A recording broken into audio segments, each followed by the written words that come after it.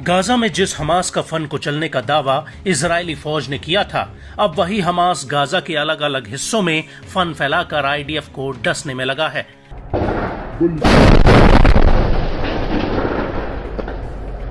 एक तरफ जहां हिजबुल्ला इजरायल के ऊपर भीषण रॉकेट और ड्रोन हमले कर रहा है, वहीं दूसरी तरफ गाजा आईडीएफ के लिए मौत का जाल बन गया है। ये बात हम नहीं कह रहे, बल्कि गाजा से आने वाले ये वीडियोस इस बात की तस्दीक कर रहे हैं।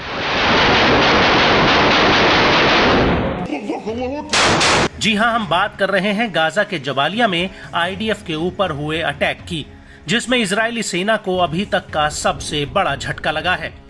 इससे पहले कि हम आपको बताएं कि आईडीएफ को गाजा में क्या नुकसान हुआ है, उससे पहले आपको अल कासिम ब्रिगेड का ये वीडियो दिखाते हैं।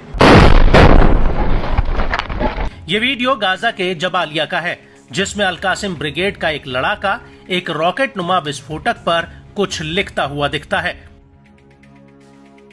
इसके बाद हमास के दो लड़ाके इस विस्फोटक को बाहर रास्ते में मलबे के नीचे दबा देते हैं।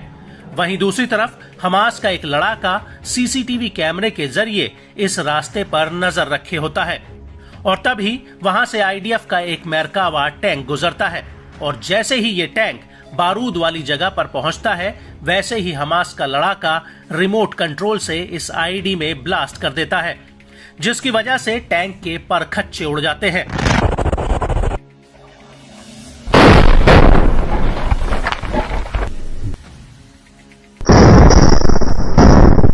दरअसल इस धमाके में आईडीएफ की 401वीं आर्मर्ड ब्रिगेड के कमांडर कर्नल एहसान दक्सा और एक बटालियन कमांडर की मौत हो जाती है। उनके साथ कुछ और अधिकारी भी इस टैंक में मौजूद होते हैं।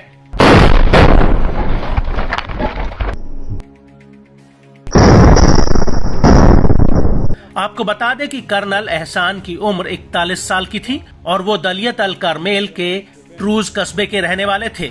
बड़ी बात यह है कि कर्नल एहसान आईडीएफ के सबसे सीनियर कमांडर्स में से एक थे, जिनकी गाजा की लड़ाई में जान चली गई है। वहीं 7 अक्टूबर 2023 को हमास ने आईडीएफ के 4 कर्नल्स को मार गिराया था, और अब ये संख्या 6 पर पहुंच चुकी है।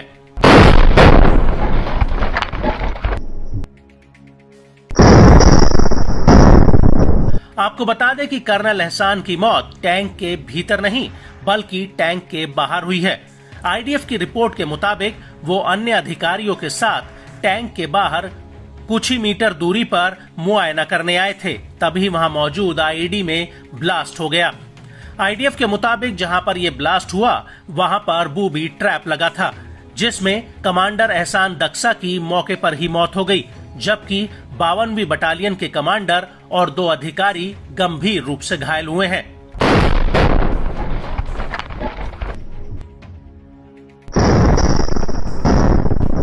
और जिस वक्त यह हमला हुआ, उसी वक्त जबालिया कैंप में अल कासिम ब्रिगेड ने भी आईडीएफ के ऊपर एक बहुत बड़ा हमला किया।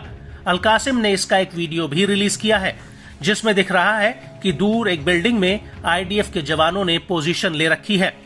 तभी अल कासिम के लड़ाके उस बिल्डिंग पर रॉकेट लॉन्चर से हमला कर देते हैं, जिसमें जोरदार ब्लास्ट होता है।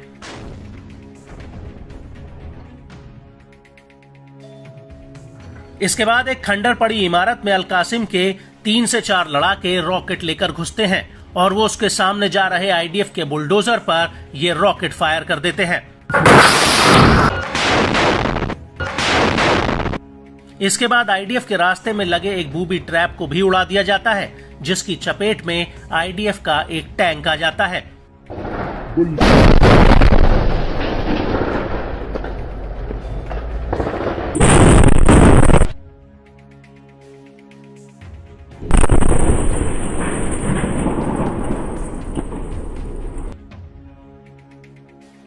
और इसके बाद हमास का एक लड़ाका मलबे के बीचों बीच खड़े एक टैंक पर रॉकेट फायर कर देता है।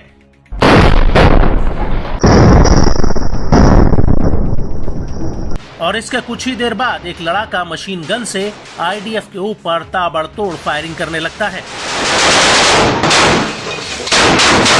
और इस हमले के दौरान ही अल-कुद्स के लड़ाके जबालिया कैंप के बीचों बीच अल कसासिब में आईडीएफ के एक मरकावा टैंक पर आरपीजी दागते हैं और अल-कुद्स के इस वीडियो में पहले तो दबे पांव 2 लड़ाके हथियार लेकर गलियों में भागते नजर आते हैं। इसके बाद ये लड़ाके एक घर में छिपकर दूर खड़े आईडीएफ के 2 टैंकों पर आरपीजी दाग देते हैं, जिसमें एक बहुत बड़ा ब्लास्ट होता है।